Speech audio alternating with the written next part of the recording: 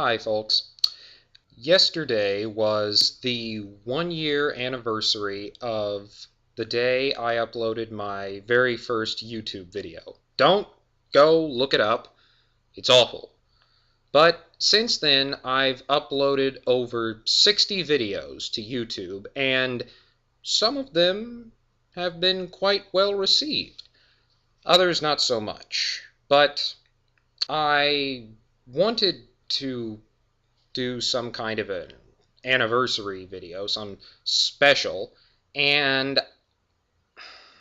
I don't have anywhere near the time or resources to come up with something on par with, say, the SNL digital short people. But, well, here's what I came up with. I'd like to try a new thing. This will be the first in a series of videos where we take someone on TV and basically make them the object of variously scorn, contempt, derision. But as a courtesy, we'll post the video and then give them a heads up before we make the video public. I don't know. It seemed like a good idea when we were brainstorming. Today it's Martin Bashir. If you're not familiar with Martin Bashir, then he's a guy who claims to be British, and he hosts a show on MSNBC that airs weekday afternoons. And he first caught my eye, I think it was last month. I saw him doing this incredibly stupid bit. I'd never watched his show before, but I just turned the TV over to MSNBC in the middle of the day because I was packing and saw this stupid bit he did about austerity. We'll get to that a little bit later on. Right now, I want to talk to you about something I saw last night when Martin Bashir guest hosted for Lawrence O'Donnell on The Last Word. This isn't how he opened the show, but this is in the A block. Roll it. Joining us now is Karen Finney, former DNC Communications Director and current MSNBC political analyst, Jonathan Capehart, Washington Post opinion writer and also an MSNBC political analyst, and Jared Bernstein, former Chief Economic Advisor to Vice President Joe Biden and current MSNBC contributor. Thank you to all of you for joining me tonight. Okay, I'm going to stop right there. So you've got a host bringing on 3 guests, all of whom pretty much share his point of view. So, a host and 3 like-minded guests. I have never seen that on Fox News. The most I've seen on Fox News is a host bringing on 2 panelists who agree with him at the same time. But never have they had 4 people who are all basically the same mindset, at least not that I've seen. But not so on MSNBC. So, here, I just want to focus on some things that Martin Bashir said.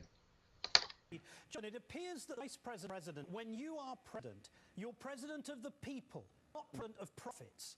You're the president of communities, not the president of cash. Mitt Romney doesn't appear to understand that, does he? Okay, 2 things there. First, did you notice Jonathan Capehart just smiling and nodding politely while he waited for Martin Bashir to finish talking? Anyway, but the thing of it is, he doesn't really understand that, does he? What kind of a question is that? How would Jonathan Capehart know what Mitt Romney is thinking?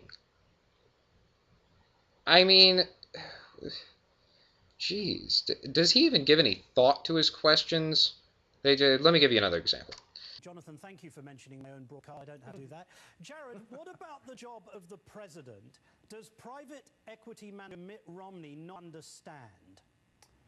Okay, I have much the same problem with that question. What about the job of president does Mitt Romney not understand? Again, how would he know? What personal knowledge does he have on which to base that question? He can't get inside Mitt Romney's head. Unless he's clairvoyant, in which case I'd have a lot better questions for him. By the way, that question is made all the more ridiculous by the guy he's asking, Jared Bernstein. This is the guy, you know what, I think we're going to have to do a separate video just on this panel. This video is supposed to be all about you, Martin. So let's take a look at the next nutty thing you said. Karen, it is Mitt Romney who has sold himself on the basis of this career. He's not talked about his service in the Mormon Church. He can't talk about his atrocious performance as governor of Massachusetts. Okay, stop right there. Atrocious? Really? Let's take a look at that record as governor. Can we put it up on the screen there? Okay, so he balanced budgets. He balanced the budget every year. The budget was balanced every single year of his term. Now, granted, in Massachusetts, like most states, they're required to balance their budget, but that doesn't make it easy. Just because something's necessary doesn't mean it's going to be easy. And he was able to reduce taxes while still balancing the budget. And he did it with a heavily Democratic legislature, no less. Of course, there's that health care reform. He's really proud of that. You know, I think that Romney Care provides an excellent contrast with Obamacare. We have to do a video on that. We should do a video comparing and contrasting the two. Why has Obamacare been such a disaster or a dud while Romney Care's been such a success? Anyway, I'd say Romney Care's been a pretty big achievement. And he closed corporate tax loopholes. That's something that President Obama's talked about doing but has never done. He streamlined the government, consolidated state agencies, took employees off the payroll, so pared down the government. Unemployment was low on his watch. While he was governor, the state unemployment rate dropped from 6% to 4.6% when he left office. Now, there were some changes in the data there, but net gain of between 48,000 and 50,000 jobs. Again, there were some changes effective the last month, his last month in office, that kind of skewed the numbers a bit. But it was something in the area of 49,000, a net gain of 49,000 jobs during his term as governor. Okay, let's pick up exactly where we left off with Martin. No trimming. Go. He sold himself on Bain. He can't now complain that we've started examining what that means and suddenly realize actually that doesn't work so well if you have to care about the poor, the disabled, the needy. It doesn't work so well.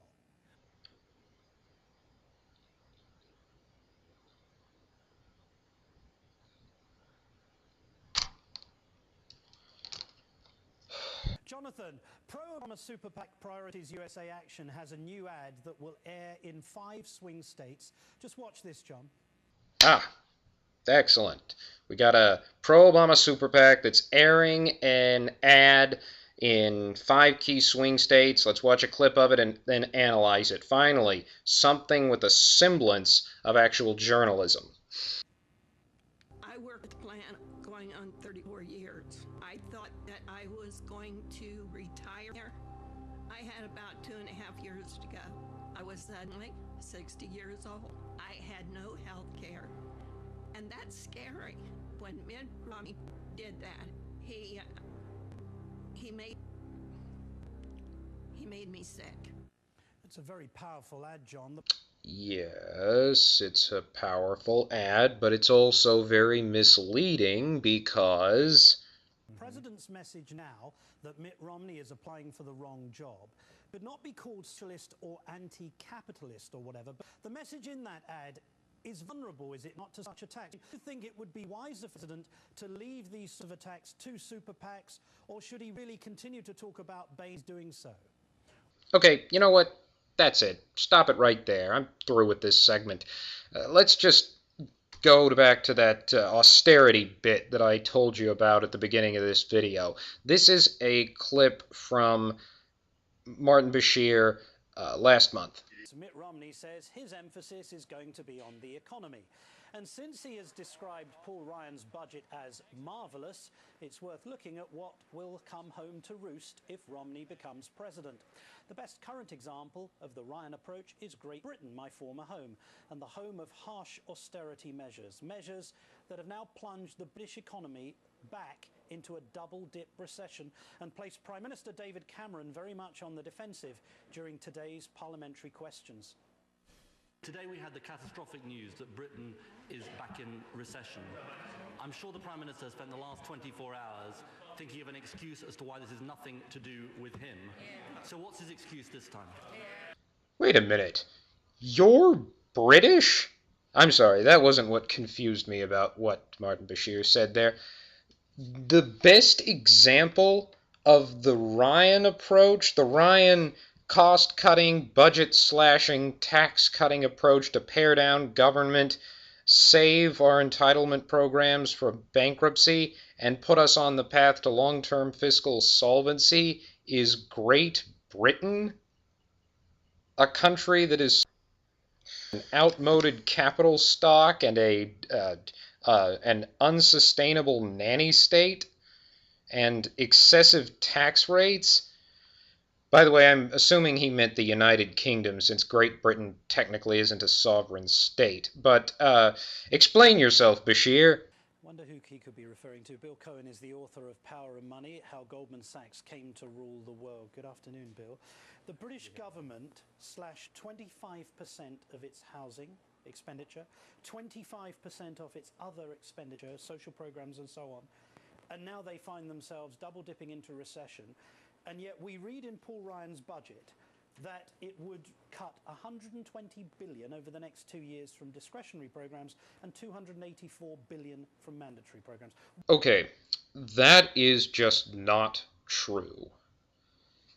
Even if the Ryan budget were enacted to the letter, then federal spending would still go up every single year. I don't know if Bashir is lying or if he just didn't do his research. And as for the so-called austerity measures that the British government is enacted or has enacted, well, let me pick up where we left off in that clip, and I want you to listen very carefully to what Martin Bashir and his guest say. Why do we believe that a Ryan budget will do anything but what has happened in Britain? There's no reason to believe that it won't be exactly the same thing. You cannot possibly, Martin, cut that much spending out without some sort of corresponding increase in taxes of a reasonable nature. We all know what they are at this point. I mean, they've been enumerated repeatedly. Okay, did you hear what they said? Similarly, the UK has not actually cut spending. All they've done is slow the growth in the rate of spending. And in that one small way, the comparison between what the British government has done and what Paul Ryan and the Republicans seek to do with their budget plan is apt in the sense that neither plan actually results in an overall reduction in spending. Some programs are cut, but overall spending continues to grow, just not by as much. But they even got into the tax issue. This guy, Cohen, or whatever, said you can't do it without a corresponding increase in taxes. At no point in this conversation, and I watched the entire segment, did they even mention that the UK also increased taxes dramatically. And, I mean, it's not just the UK. Well, you know what? Let me move on to something Martin Bashir said later in the program. It's totally irresponsible to see this kind of fiscal crisis coming at the end of this year. And this was Mitt Romney during his victory speech last night. He offered his view on how to fix the economy. Take a listen. Those who promise to spread the wealth around only ever succeed in spreading poverty around. Other nations have chosen that path. It leads to chronic high unemployment, crushing debt, and stagnant wages. That's absolutely the inverse of what we've just seen and what we've just discussed. What is he talking about? I can tell you what he's talking about. At least I can give you examples of what he's talking about. To, go back to what we were talking about earlier, I can't get into Mitt Romney's mind, but I can say that we've seen this all over the world. Nations that have very high tax burdens and very generous welfare states that have cultivated this entitlement mentality that is unsustainable. And we've seen it throughout history, too. By way of example, in this hemisphere, a lot of people don't know that Cuba actually had a thriving middle class before the communists took over. Hell, it was a tourist hotspot. American couples used to honeymoon in Cuba back in the 40s. And more recently, you can look at Venezuela. Ever since the socialists took power there, it's been miserable. I mean, how many examples do you need? Should I go even further back to Mao and Stalin? That was an attempt to spread the wealth around, and all they did was spread misery around and kill tens of millions of people. One more thing. There is a country, there are a few that have done what Cohen suggested. If you're going to have spending cuts, then some kind of massive increase in revenues. And this is actually another country that fits in nicely with what Romney was describing there. Spain actually did cut spending, but it also raised taxes. Back in 2009, to deal with a huge budget deficit, it enacted sweeping tax increases, and surprise, surprise, that didn't work. Just last year, they raised taxes again, and the ruling socialists were subsequently thrown out of power. I guess you could say the pain in Spain falls mainly on the... Damn it.